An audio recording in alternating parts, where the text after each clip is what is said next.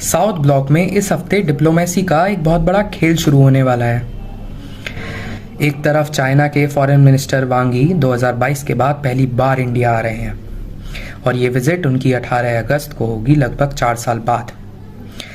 China इस दौरे में बात करना चाहता है ट्रेड ट्रीटीज के बारे में, बॉर्डर टेंशंस के बारे में और साथ के साथ ब्रिक्स एक्सपेंशन के बारे में।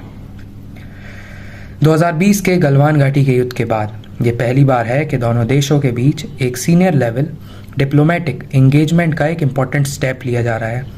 हालांकि हमारे इंडिया के national security adviser Ajit Doval ji भी कुछ ही महीने पहले चाइना के फॉरेन मिनिस्टर से मिले थे। लेकिन दूसरी तरफ देखें तो इस ईयर एंड में व्लादिमीर पुतिन भी यूक्रेन वॉर के बाद पहली बार दिल्ली का रुख लेंगे।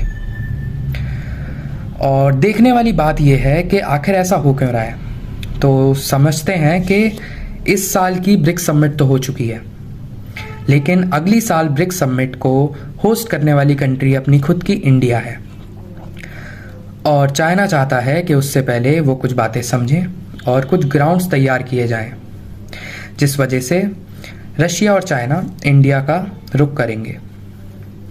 यूएसए ने हालांकि हमारे स्टील और एल्यूमिनियम पर बहुत बड़ा का टैरिफ लगा दिया, लेकिन अगर ब्रिक्स समिट में देखा जाए तो अब केवल 5 ग्रुप ऑफ कंट्रीज नहीं, बल्कि इसमें नई कंट्रीज ऐड हो चुकी हैं, जैसे Saudi Arabia, UAE, Iran, Egypt, Ethiopia जैसी कंट्रीज। और अब देखने वाली बात तो ये है कि इन लोगों का मेन एम है कि ट्रेड सेटलमेंट डॉलर्स में बंद करना, यानी अपनी नेटिव करेंसीज में ट्रेड करना। और अगर ये हो जाता है तो बहुत बड़ा ग्लोबल इकोनॉमी होने वाला है। ये करवट बदल जाएगी। यूएसए की डिकेड से आ रही डोमिनेंस ऑफ डॉलर पर कितना बड़ा इम्पैक्ट पड़ेगा। अब देखना ये है कि 2026 के न्यू दिल्ली में आए मेहमान इसको किस करवट मोड़ते हैं, किस तरीके से गेम पलटते हैं। बाकी एक ज़रूरी बात कि इंडिया केवल पार्टिसिपेंट नहीं है, इसमें इंडिया एज अ होस्ट है।